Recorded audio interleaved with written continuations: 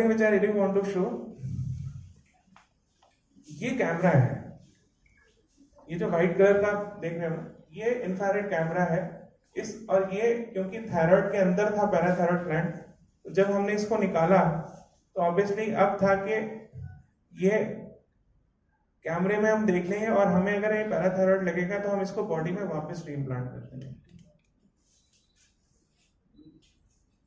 तो as you can see ये कैमरे में दिख रहा है। अशोक जी आपको भी नहीं पता था ये आपने जो किया था। मैंने कहा आपको भी नहीं पता था।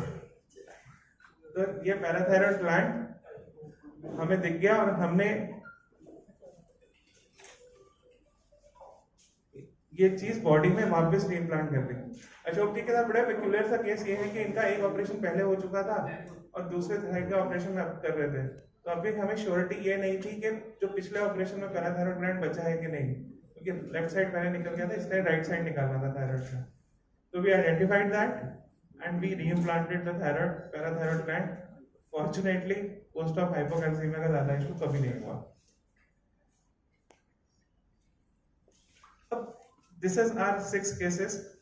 हमने इसको अभी दिल्ली चैप्टर की association of surgeon of India की जो कॉन्फ्रेंस है उसमें प्रेजेंट भी किया है। We are writing this paper in medical journal, जो इंडिया का one of the first papers होगा जो इंटरनेशनल मेडिकल जर्नल में पब्लिश होगा। पॉइंट ये है कि हम ये टेक्नोलॉजी की बात क्यों कर रहे हैं, इसका भी इम्पोर्टेंस है। अभी तक ये टेक्नोलॉजी यूएस में या यूरोप में स्पेसिफिकली आपने सुना होगा क्लीवलैंड क्लिनिक या ये सब इन जगहों पे ये यूज हो रही थी। और पहले इंफ्रारेड कैमरा इंडिया में प्रोक्योर करना बहुत मुश्किल होता था, the cost was very high. अभी there is a startup in Bangalore which developed this technology for us, and CK Birla Group as a mandate, as a policy, और जो prime minister का हमारा इनिशिएटिव है make in India policy, so in support of that we are the first hospital in the country to adapt this technology in clinical use for thyroid surgery. Basically India की technology, बाहर की technology India में improvise हुई और Indian patient पे हम use करेंगे और इससे थायराइड सर्जरी के रिजल्ट्स और बेटर हो जाएंगे। This is our concept and this is what we want to submit to you. कि थायराइड सर्जरी से ऑब्वियसली एक किसी को भी अगर थायराइड सर्जरी जैसी करानी पड़ जाए तो दिमाग में दो ही इंपॉर्टेंट चीजें आती हैं। पेशेंट के दिमाग में भी of near infrared imaging came forward. Near infrared imaging का क्या कॉन्सेप्ट है कि अगर पैराथायराइड ग्लैंड बाय इटसेल्फ, अगर मैं एक कैमरा जिसकी wavelength 820 to 830 nanometres infrared range में अगर मैं उसको थ्रू देखूंगा तो थायराइड ग्लैंड अलग दिखेगा, पैराथायराइड ग्लैंड अलग दिखेगा। और इंस्टेड ऑफ के मेरा एक्सपीरियंस है ये देख के अच्छा ये थायराइड नहीं है ये पैराथायराइड है, आई वुड ऑब्जेक्टिवली सी कि ये पैराथायराइड है और ये थायराइड है और मैं पैराथायराइड को बचा लूंगा और थायराइड को निकाल लूंगा। With the use of this technology जो 25-30% का पोस्ट ऑफ हाइपोकैल्सीमिया रेट है वो 1% रह जाता है। सो एक ऑब्वियसली अशोक जी हैं हमारे साथ, अनीता जी हैं जिन पे हमने ये ऑपरेशन किया और जिस पे हमने ये टेक्नोलॉजी को यूज किया। और आई कैन टेल कि हमने ऐसे 6 और ऑपरेशन किए हैं तो किसी को हाइपोकैल्सीमिया नहीं हुआ, obviously keeping fingers crossed, but this is what our experience is. This is a medical video.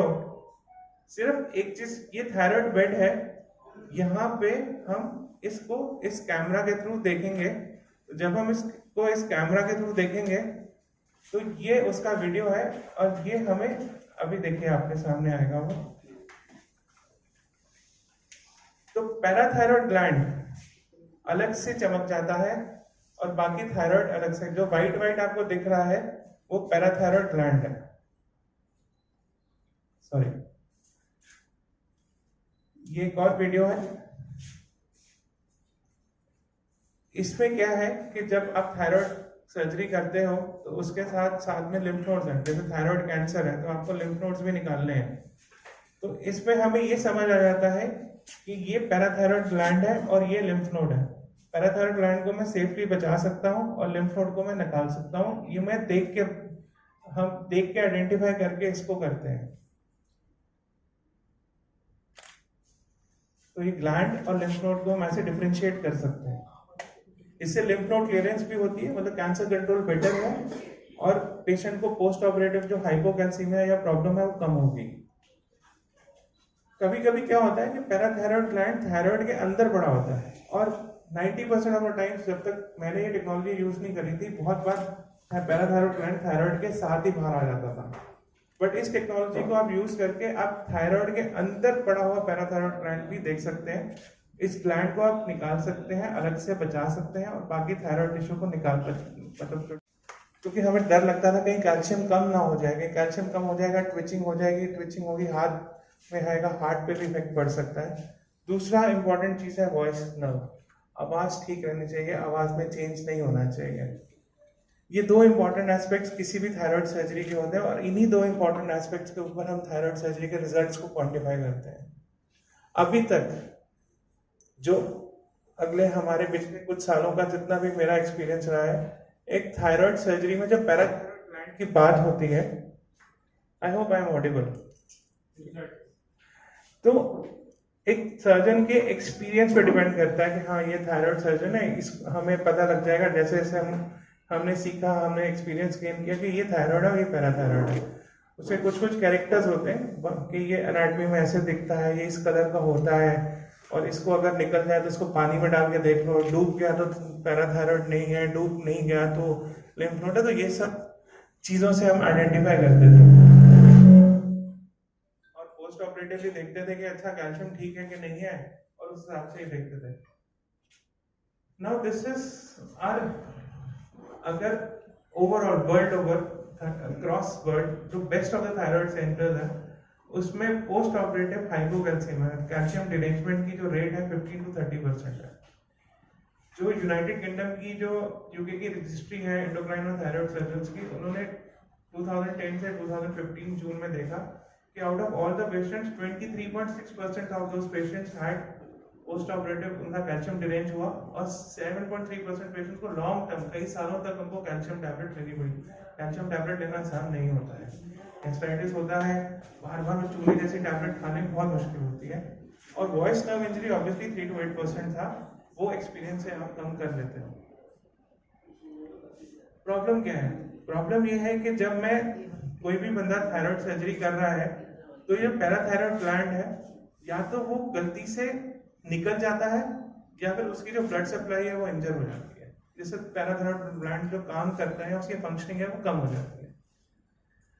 Normally ये देखा जाता है कि अगर एक भी ग्लैंड मिल जाए, बेसिकली अगर आप इसको देखोगे तो हमारी बॉडी में 4 पैराथायराइड ग्लैंड है, राइट साइड में सुपीरियर, इंफीरियर, लेफ्ट साइड में सुपीरियर, इंफीरियर। हम जब थायराइड सर्जरी करते हैं तो हम पूरा थायराइड ग्लैंड राइट और लेफ्ट को निकालते हैं, और हमारा एंडेवर होता है कि पैराथायराइड ग्लैंड्स बचें। कहा जाता है कि एक भी बच जाए ठीक है, बट आज की डेट में हम एक भी बचने की बात नहीं, हमारा कोशिश है कि चारों के चारों बचने चाहिए। तो थायराइड सर्जरी के ऊपर एक थायराइड सर्जरी की जब मैं बात करता हूँ, तो थायराइड हम सबकी जिंदगी में किसी ना किसी को कोई थायराइड कम है, किसी का थायराइड ज्यादा है, तो hypothyroid, hyperthyroid, that is basically thyroid disease में मेडिकल मैनेजमेंट की बात कर रहे हैं। जब थायराइड सर्जरी की बात आती है तो कोई नोड्यूल है, कोई स्वेलिंग है जो बढ़ रहा है, या कोई ऐसी प्रॉब्लम है कि हमें हाइपरथायराइड है कि थायराइड निकाल के हमें ठीक करना है, तो that is where actual indication for thyroid surgery is. Hindustan में, इंडिया में 12.2% ऑफ नॉर्मल पॉपुलेशन को थायराइड में स्वेलिंग होती है।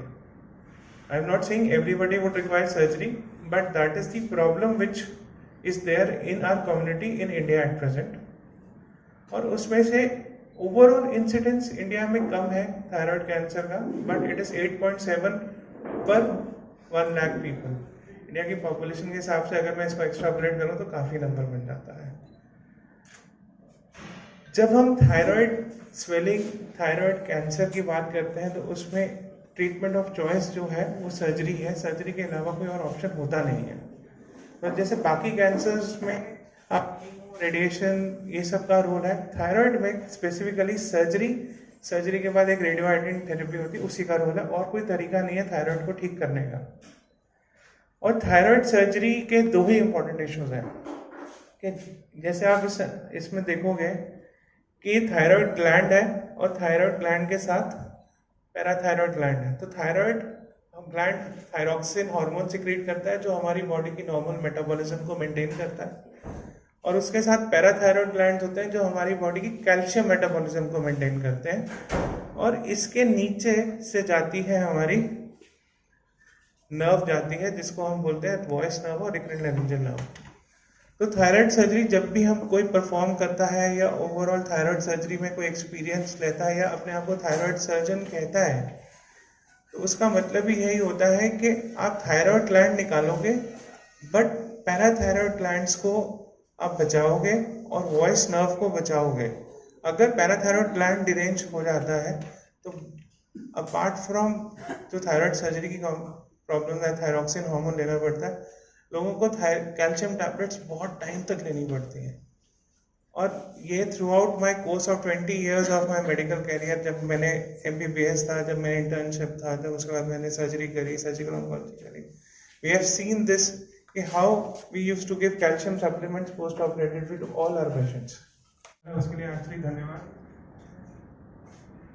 Next, I would like to express my gratitude to Amit and the CK Birla Hospital for giving us the infrastructure to perform this kind of work. I want to express my gratitude towards Dr. Copley.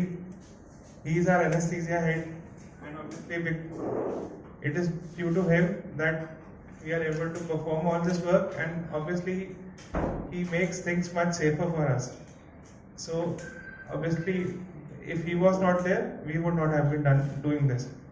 And lastly, Anita ji, Ashok ji, और जो बाकी patients, actually एक doctor का जो concept होता है कि हम ये चीज करते हैं, ऐसा नहीं होता है।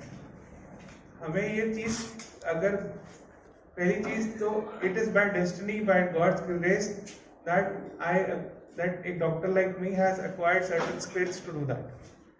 Secondly, obviously it is patients actually permission or grace to have trust on us to let us operate upon them so that we can give them results.